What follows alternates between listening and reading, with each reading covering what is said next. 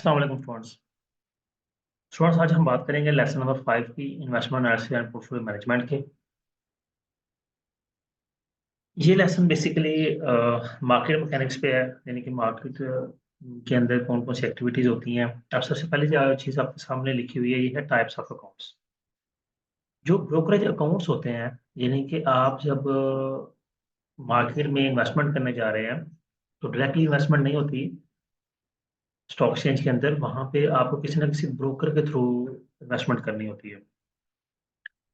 और जब ब्रोकर के पास आप जाते हैं तो ब्रोकर के पास एक अकाउंट ओपन करवाते हैं।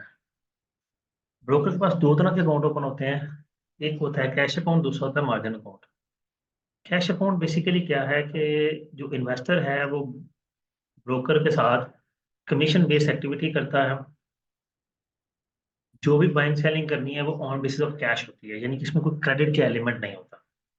इसके बाद जो मार्जिन अकाउंट होता है उसके अंदर ब्रोकर और जो इन्वेस्टर है दोनों मिलकर इन्वेस्टमेंट करते हैं। वो किस तरह से कि इन्वेस्टर कहीं इन्वेस्टमेंट करना चाह रहा है तो वो ब्रोकर से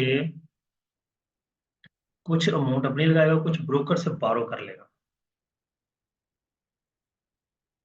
लिखा हुआ है मार्जिन अकाउंट, बल्कि हम थोड़ा हाईलाइट करें, in cash account investor must come with cash equal to full value of securities purchase. यानी कि जो कुछ वो परचेज कर रहा है वो on the basis of cash होता है और फुल वैल्यू होती है।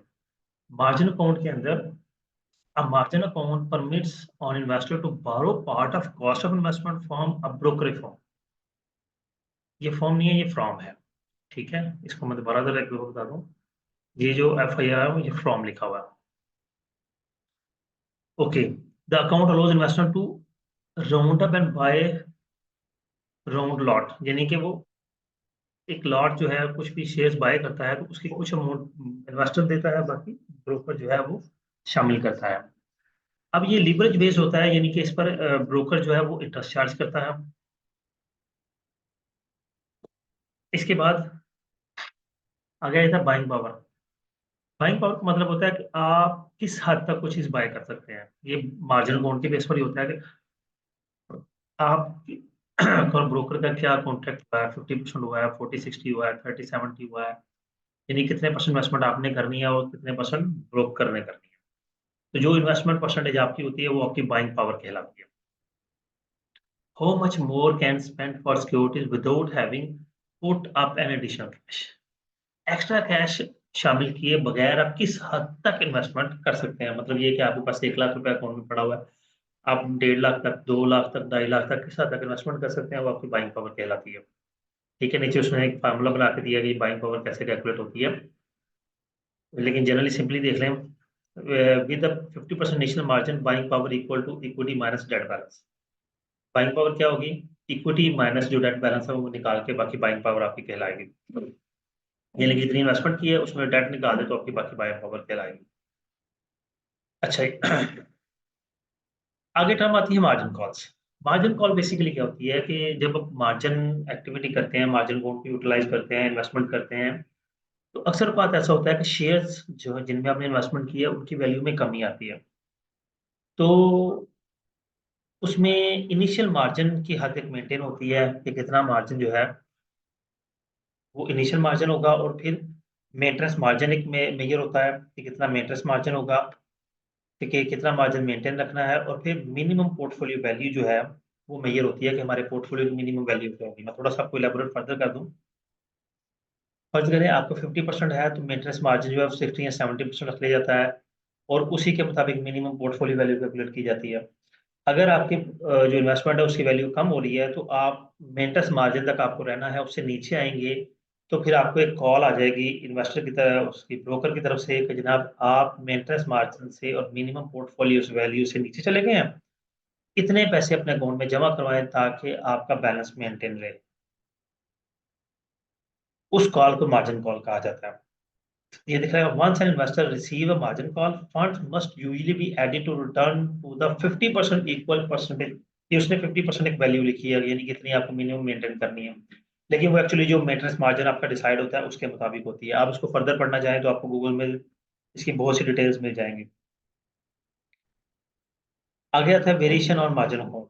ये बात मैं आपको पहले बता चुका हूँ कि वेरिएशन होती है अक्सर का 70%, 50%, अप टू 90% तक भी होती है उनकी, यानी कि कितने अमाउंट उन्होंने इन्वेस्ट करनी है, ये वेरिएशन होती रहती है। 70% भी है, 50% भी है, डिपेंड करता है कि आपका कॉन्ट्रैक्ट किस तरह का हुआ है। अच्छा जी, margin and speculation. Some market observers view the level of margin debt as a precursor of things to come with market averages. Margin buying has historically moved in tandem with popular averages like Dow Jones Industrial Average। चलिए इसकी detail में हम नहीं जाते, मैं आपको थोड़ा सा वैसे बता देता हूँ कि मार्जिन जो है ये बेसिकली एक स्पेकुलेशन की तरह होती है, क्योंकि गोली की तरह ही होता है ना कि इतने पैसे इन्वेस्ट किए जा रहे हैं इतने, क्योंकि आप लोन लेकर इन्वेस्टमेंट करते हैं, उस लिहाज से ये होता है। बाकी ऐसा जिसकी कोई डिटेल की जरूरत नहीं है। कुछ अकाउंट्स होते हैं जिस तरह सेलिंग शॉर्ट है, रैशनल है। A short sale involves borrowing securities, selling them to someone else, eventually purchasing similar shares from someone else and delivering these substitute shares to the original lender। अच्छा, इसमें क्या होता है शॉर्ट सेल्स, सेलिंग शॉर्ट में कि आप किसी जगह से जहां पे शेयर की किसी दूसरी मार्केट में, दूसरी स्टॉक एक्सचेंज में शेयर की प्राइस ज्यादा है, वहां से उसको उसको सेल कर, जहां पे प्राइस कम है वहां से बाय करते हैं, और जहां पे प्राइस ज्यादा है वहां पे सेल आउट कर देते हैं। इसको सेलिंग शॉर्ट कहते हैं। Short selling involve selling borrowed shares. आप बारोड शेयर्स को सेल करते हैं,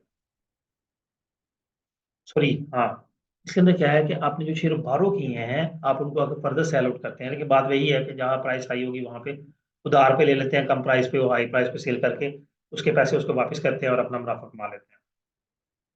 रैशनल।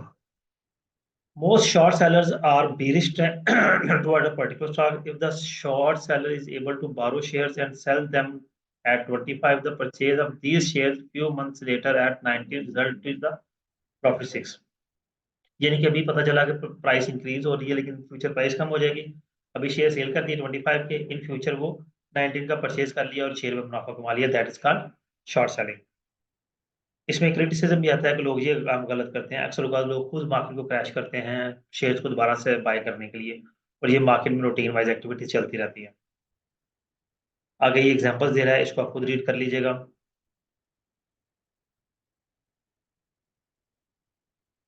ओके जी, आगे trading fees. In order to make a trade an investor needs access to market place. Trade के लिए इन्वेस्टर को मार्केट प्लेस की एक्सेस चाहिए, उसके लिए उसने किसी ब्रोकर से रब्ता करना है, ब्रोकर को उस, और ब्रोकर जो है अपनी सर्विसेज की आपसे फी चार्ज करता है, that is called trading fee. आ गया था the cost of trading. While commission are most obvious cost of trading, जो जो उसने सर्विसेज देनी है उसकी फीस सेपरेट चार्ज करता है, और जो आपको बाइंग सेलिंग वो करके देगा उसकी वो कमीशन लेगा, that is called cost of trading कहलाएगा। आगे चलते हैं हम।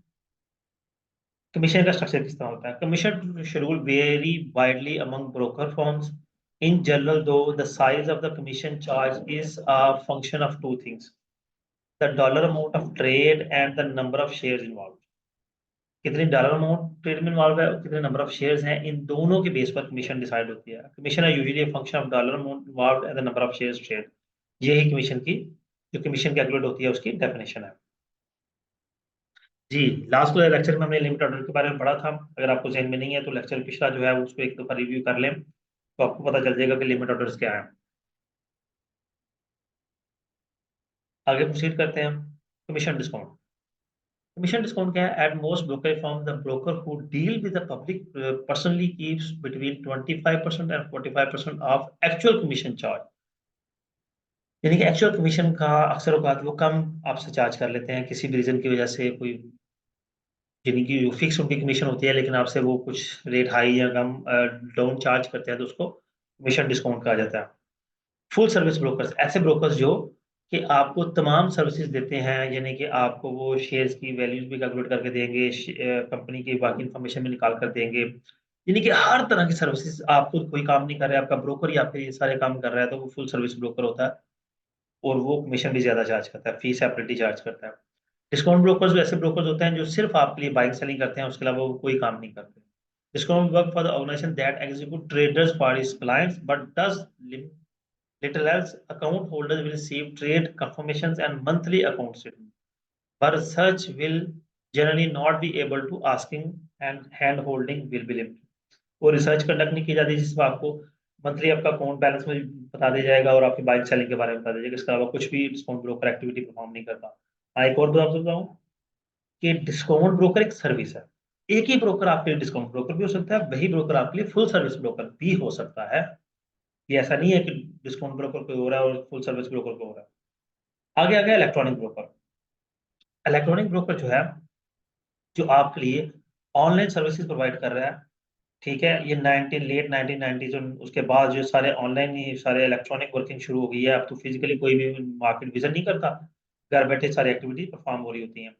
The typical online broker firm probably make only about half its revenue from the brokerage commissions. ठीक है जी। Broker compensation, there are approximately 91,000 stock brokers in the USA. United state में 91,000 stock brokers मौजूद है। The figure is nearly double. खैर चले, हमें इसमें डिटेल में नहीं जाना। नेस्टेड कमीशन ये चीजें हमारे जो उतनी नहीं है, ना इसमें कोई क्वेश्चन आएगा जी। ये लेसन नंबर 5 आपका कंप्लीट हो गया। इसमें फिर भी आपको कोई बात अगर पूछना चाहें तो डिस्क्रिप्शन में मेरा कॉन्टैक्ट नंबर मौजूद है, आप व्हाट्सएप मुझसे रब्ता करके पूछ सकते हैं, कोई मसला नहीं है। जो जो स्टूडेंट्स चैनल पर नए हैं वो बराए मेहरबानी चैनल को सब्सक्राइब कर दें, वीडियो को लाइक करना हरगिज़ ना भूलिएगा। अपना बहुत सा ख्याल रखिएगा। अल्लाह हाफिज़।